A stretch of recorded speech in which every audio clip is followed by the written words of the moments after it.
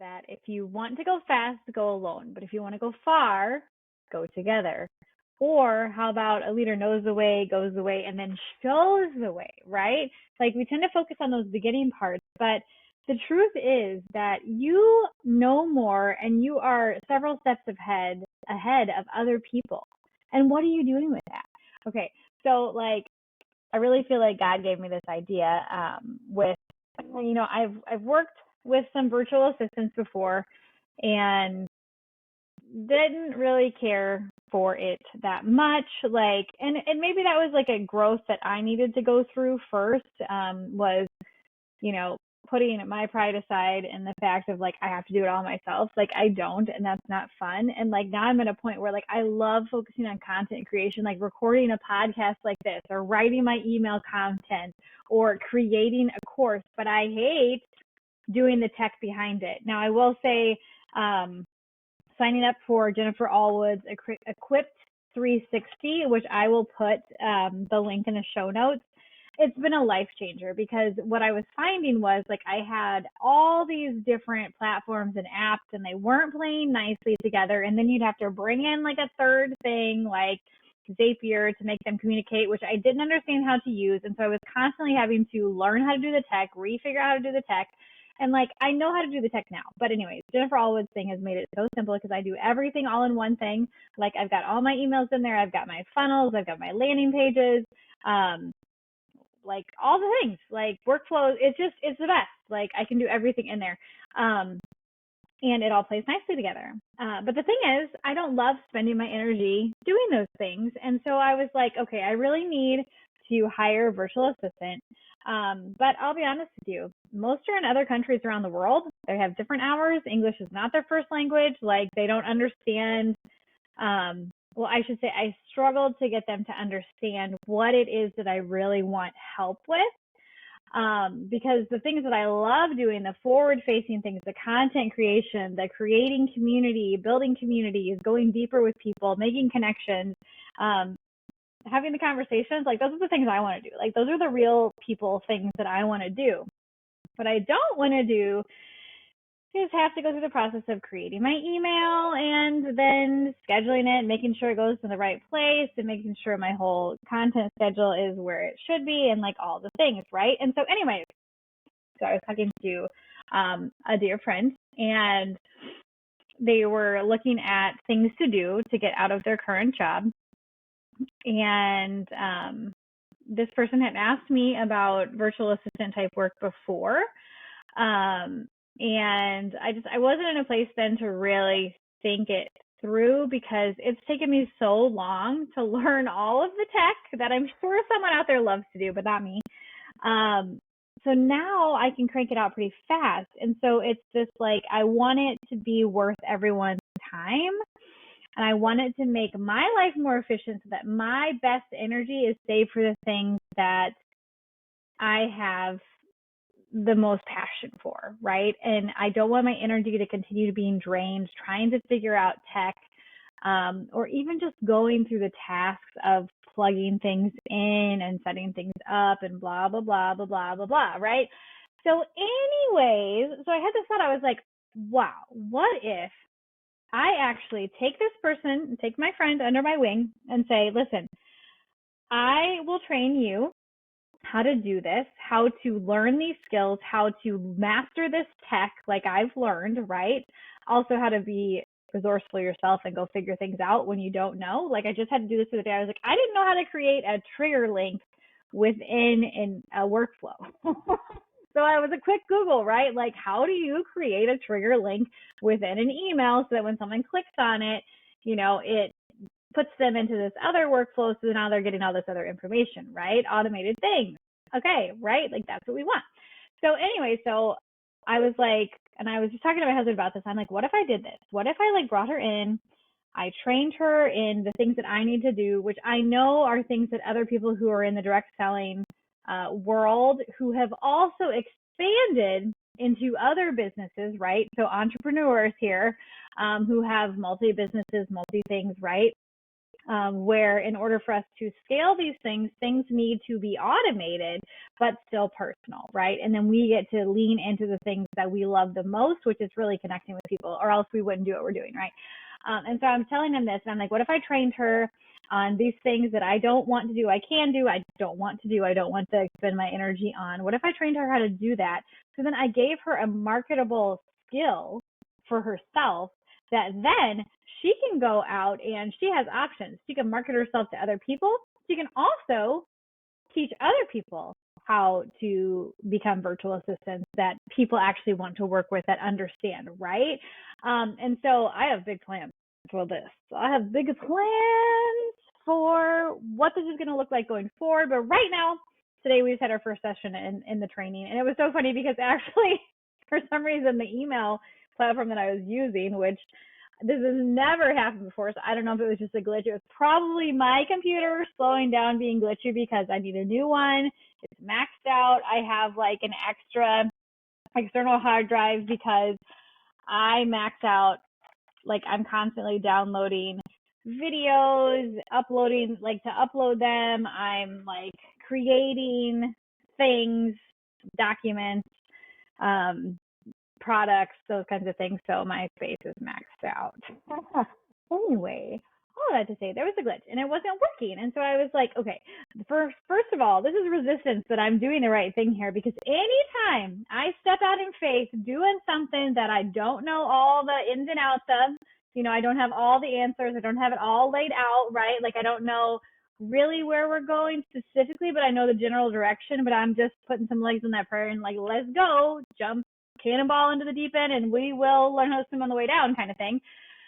I get resistance like this.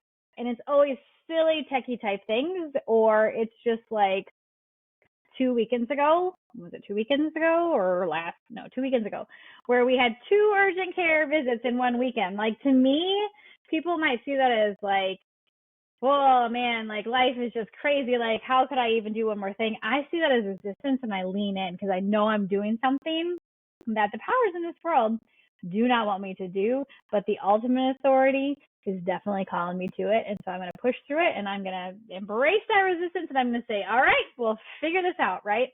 And so anyway, so I'm training her, something's not working. Like it wasn't pulling up my list, my email list of contacts. It kept saying 0 contacts. And I'm just like, well, that doesn't make sense. It's never done this before. Of course it's doing it today. Like this is the thing, right? Like we get in this stuff, right?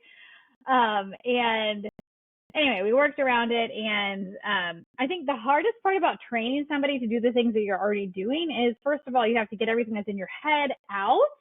And then you have to set it up in an organized way so that everyone knows all of the moving parts and how to be ahead of it, right? Because if I am writing content, I can't write content and then expect her to schedule it into an email that's going out later today, right? Like that's crazy. So it takes some proactive planning and content calendars. And, if you're watching this in the YouTube version, like I have created these content calendars for myself so that every single month, like it's blank, I add in the dates. And you could do this in, digital world, but I love pen and paper because that helps me like have it there, because if it's only digital, I forget about it and then I don't use it. And so I need a physical something to help me. And maybe this is another area I need to grow in, and I will over time, but right now that's not today.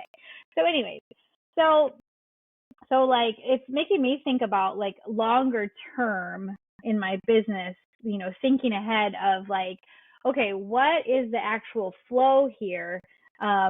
And like, how am I going to batch my content ahead of time? And then so I can put it into a shared document. So then we have a plug and play, right? Okay. So probably all of this, if you're listening, you're just like, literally don't care. Like, okay, if you're still here with me, this is not about all that tech. Okay. What this is about is that when you're a few steps ahead of somebody, turning around and helping them. And so I just had a conversation with Holly about this yesterday because she's trying out for cheer today. Today is day 2 of cheer tryouts, which is middle school, like I guess I wasn't in cheer in middle school, so I don't know like how intense it was, but like cheer is intense these days. Like if you have a kid in cheer, like drop that in the comments because I get it. It's intense. Like it's not bad. I was a cheerleader in elementary school and then I think 2 years in high school, but I went to a small private Christian school and we were not like, I don't want to say we weren't legit, but we were like the old school, like we are here at the sporting events to like cheer the team on, to get the fans going, riled up, like that's it. I think we did one side dance like for halftime and for a competition and oh gosh, looking back it was just laughable. Not like today, right? So it's intense. Anyway, last year I want to tell you this story because this is pretty cool and like it really makes me proud of my daughter for what she did. Also knowing her personality that she's someone who wants to know all the things ahead of time. She doesn't like surprises. She doesn't like wait and find out, like wait and see. Like that's not her. Like she wants to know all the things, right? She might get some control issues from her mother. Just saying. Anyway, so last year for cheer tryouts, okay, first of all, she's never cheered in her life, right? Okay, she did have some experience in Bobcats, right? You don't know what Bobcats is. Bobcats is like our local town club cheer thing. Like there's cheer and there's football, and it's really cool, and it's time intensive. And this summer, right away, like August 1st, actually, it's when our kids are at camp. Like we will literally be diving as soon as they get home from camp. We're going to be diving into daily practices Monday through Friday from like 5 to 8.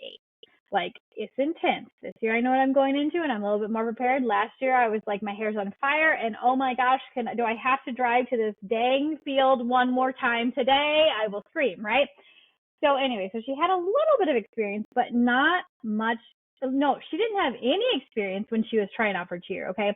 When she went into Bobcats, like, let me get my story straight here, guys. Yeah, timelines and me, not so good. My husband, he's my timeline guru. Like, if I'm like, when did we do that thing? I ask him, and he's like, this is what it is. Anyway, okay, so she was signed up for Bobcats, but the tryouts were actually like this time last year, right? So before her fifth grade year was even done. So she didn't have any experience in cheer. But her friends were doing it. She wanted to do it. Like my kids haven't had any gymnastics or tumbling or anything like that. Like she went into this blind, okay? And mom fail, I didn't realize we needed to have a school physical on file for her to even try out. Like I think I did, but then I forgot about that email. And so they're like, we didn't get it done. So she shows up the first day and they're like, you can't try out today. You don't have a physical on file. So then, oh boy. So there was some feelings and some upset, general, yeah, whatever going on. And actually that day, you know, because she called, I think the coach called me and explained it to me. And I was like, okay. So I flew into like total reaction mode, right? And I found a place that would take her. I think we ended up going to, it was like a Walgreens, whatever they call their minute clinic. I know CVS is a minute clinic, but Walgreens, whatever their version was. And I got her in that day. And she was sick the first day of tryouts. Like she was just coming off of something. And so then day 2, so we get there, she's got her physical. But here's the thing. So our neighbor actually is actually she just graduated high school, but she is like huge into cheer. Like our cheerleading team in the high school here and football, they're all like, hoo-ah. Like they get it. They bring the trophies home. They're amazing. Anyway, so I actually reached out to her mom, was like, hey, Holly had to miss the first day because mom failed. I didn't get her this physical. Would your daughter come over and teach her the cheer, right? Because she wasn't even allowed to participate. Like she did the best she could. She got videos from people, but you know, she was doing the best she could, right? All of this setbacks, like, ooh, sorry, mom failed. But she did. So the neighbor came over, she worked with her. So the next day she went in again. She's never done this before. She's never done cheer. She's set back a day now. And she actually makes the team. Like I remember she was really nervous because she was like, I literally have no idea what I'm doing. These girls have been in tumbling and cheer, different things for years now. And like I'm brand new, right? She made the team, you guys. Okay. And she, over the last year, has really struggled with beating herself up because she's not where the other girls are, right? Like there's always that sense of comparison, and it's something that we constantly work through. And come on, let's be honest. Look at yourself in the mirror. Like how often do you fall into the trap of comparing yourself to other people around you, right? When, this is a big thing when I started running that I had to learn very quickly was that all of these people running around me, we all have different stories. We're all at different points, and you can't judge a book by its cover. Like I had people who were extremely overweight whoop my butt in running. I had people who were like 3 or 4 or 5 decades older than me whomp me in running, right? But I had to learn quickly that it was just me against me out there, and it wasn't against anybody else. And so that's something we've really been trying to pour into her, that like, you have to understand these girls have been doing this for a long time. Let's just look at the fact that you are willing to do something messy, imperfectly, scared, and do it anyways. And so now, today, so yesterday was the first day of tryouts for this upcoming year. Today's the last day of tryouts, and she has essentially self-taught herself how to do all of the tumbling moves that these other girls have done. So standing back tuck, y'all, if I try that, I'm going to kill myself. Like I would literally break my neck. And I remember one time I tried to do a front handspring, and it was like a belly flop or like a back flop onto the ground. Not good, not graceful, like not for me. But she has taught herself how to do these things. And that is what makes me so proud, is that she did know how to do it, but she taught herself how to do it. She took instruction from other people, and she showed up for herself and kept practicing no matter what. And she killed it yesterday. She nailed, like, I don't even know what it's called, but like essentially she did like I think it's like a round off front handspring, back handspring, back tuck, or I don't even know, guys, but it's supposed to be really challenging. And it's like, it's higher level, right, for where she's at going into 7th grade. And she's just like so proud of herself, and just, I am so proud of her. And here's the other really cool thing about this, you guys. So she went in last year not knowing anything, being set back because mom fails all around. And they gave out awards. So I guess I think they wrapped up cheer end of February this year. And we went into this award ceremony, and she actually ended up winning most improved. And like, honestly, that is probably one of the things that I would be most proud of when it comes to awards, right? Because like, I just want our kids to do our best and do it for the glory of God. End of story, period. The end. Like, that's all I want. Like, I literally don't care how you are compared to other people. I just want you to go out there with that mindset and to keep trying and to keep learning and all those things. But the fact that she earned this most improved, like, just made my mama heart proud, And so this year, she was telling me, she's like, yeah, there's a bunch of new 5th graders trying out, and I said, wow, that's really cool. I remember last year, you were set back a day, and we were kind of talking about all that went on. And I said, and look how far you've come. Like, look at the things you're doing now in tumbling and all of that. Like, you've worked really hard. You had most improved. There's a lot to celebrate. I said, which is cool for you, right? But also, how are you helping these new 5th graders come in? I said, because if you remember, our neighbor across the street didn't have to, but she gave up some of her time to come over and help you in your time of need and in your mindset of being a learner, right? Doing it messy, doing it scared. I said, how are you going to be that for one of these 5th grade girls or some of these 5th grade girls coming in? And she was like, I don't know. Like, I don't know what I'm doing. And I was like, yes, you do. You know more than you did, and you certainly know more than these girls that are coming in. So how are you going to be that leader that has gone the way, knows the way, right? Goes the way, but now is going to turn around and show the way. I said, because that's where true leadership comes in, right? Like, it's mastering yourself and doing the things and showing up when it's hard and scary. But on top of that, that next level leadership, that true heart of leadership is turning around and helping someone else, realizing that you don't have to be an expert. You don't have to be the best one out there. You don't even have to be the best one in the room. all you need to do is know that you're a few steps in front of these people, and you can humble yourself to turn around and offer your help to them and love them and cheer them on and, be relatable to them and be able to share your story of like, man, I had no idea what I was doing. I had all these setbacks, but I did it anyways, and it's paid off. And I want to help be that guide and help you, I wish I had someone who did that for me the whole year, and she did, right? Like the neighbor helped her coaches really helped her. But she had to have that internal, like, I will figure this out and I'm committed and I'm going to keep going no matter what. And I know some of these fifth grade girls coming in are going to have that too, but they're just not going to have, they're just not going to know what they're doing, right? Just like her. And so that's what this episode is all about, is where in your life are you a few steps ahead of other people, where you're maybe not an expert, you're maybe not the best, but it's something that you could turn around and teach somebody else, and empower them with the skills to be able to move in the direction that God is calling them, right? Like, what if you are that catalyst that they're waiting for, right? Maybe they don't even know it. Maybe it's an idea out of the blue to bring on a friend and train them as a virtual assistant so then they can have these marketable skills to other people. Like, what could that be for you? And I challenge you to think so much bigger than yourself and where you're going. But look around you, because it's who, not how, right? We can't go it alone. Like, if we want to experience this growth in our lives and in our businesses, in our the money that we're bringing in, the impact that we're making, we can't do that alone. We have to surround ourselves with other people, and not other people to like make ourselves feel good or look good, but like other people that we are helping and bringing along, right?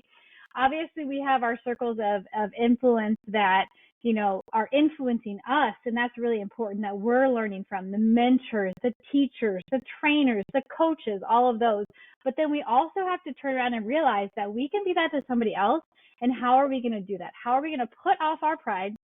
How are we going to put off the fact that, well, I've spent all this time learning how to do it. Like, I'm just going to do it myself, right? Like, it's no big deal.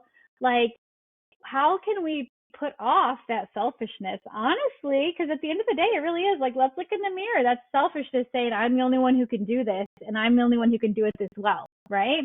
It totally is. And it's expending energy that we could be using in other areas where God has given us a passion and a gifting and a talent. And we're limiting that energy because we're funneling it into something else that is not our gifting, right? But it could be for somebody else, or it could just be that launching pad for them to really be catapulted, that's the word I was looking for, catapulted into the direction of the calling of their lives, right? Because we all have to start somewhere. I didn't start here with a podcast. I started with my network marketing business and learning the skills through that. And those have been transferable into so many other areas and facets of my life. Like, that is where my growth journey started, y'all, and has continued to expand and grow. And like, cool, like, I have my network marketing business, right? And I'm still continuing to impact people that way, but on different levels, right? And that's something I'm always going to do. But like, how selfish is it to want to stay in our growth zone, in our comfort zone, and not impact other people, but only to impact ourselves, right? Like, that's so narrow-minded and so selfish. Like, how can we now turn around and open the doors and reach our hand out to somebody and say, hey, I got something to teach you. Are you open to it? I think it could be a solution for you. Let's go, right? I'm going to teach you how to do this. I'm going to teach you this skill so that you can then turn around and market that for yourself and take more ownership of your own life, right? Like, I'm excited. I'm excited for this, where it's going to go. I don't know, but I'm putting 10 toes on the ground and running in the direction that the Lord is calling, and we'll figure it out along the way. And I challenge you to get outside of your selfishness. And I'm sorry, that's bad cop, but good cop, and help other people, right? Make a bigger impact, because that, at the end of the day, is where there's so much life and energy. And I've talked so many times about resources and how time is not a renewable resource. Time is not something that we get more of, right? So we have to learn to manage and use it well. But energy is a renewable resource. Money is a renewable resource. And the only way we're going to increase those in an abundance is if we are learning to manage them well, yes, but to dream bigger, yes, and to impact other people through the process, not just our own lives, but changing other people's lives. I get so excited about this. Like okay, I'm going to bring it down now. And I'm going to hop off here and I'm going to think about more podcast episodes to record so that I can actually get everything plugged into the calendar so that my new training virtual assistant is going to be able to plug and play for me. And we're going to create some more consistency, thinking ahead, and really a long-sighted view of the content and the direction of my business and all of the things. So if you enjoy this, share this with a friend if you think that they would also get value from it. And I love your reviews and your comments. Those help me to, honestly, they give me more fuel to keep going. Not that I need fuel to keep going because that's internal, but it definitely is sweet icing on the cake. And I love doing podcasts, you guys. I love the fact that you trust me with your time, which is not a renewable resource, right? And that you let me speak life and truth into you and challenge you to keep growing and keep developing your growth mindset. Take care, my friends.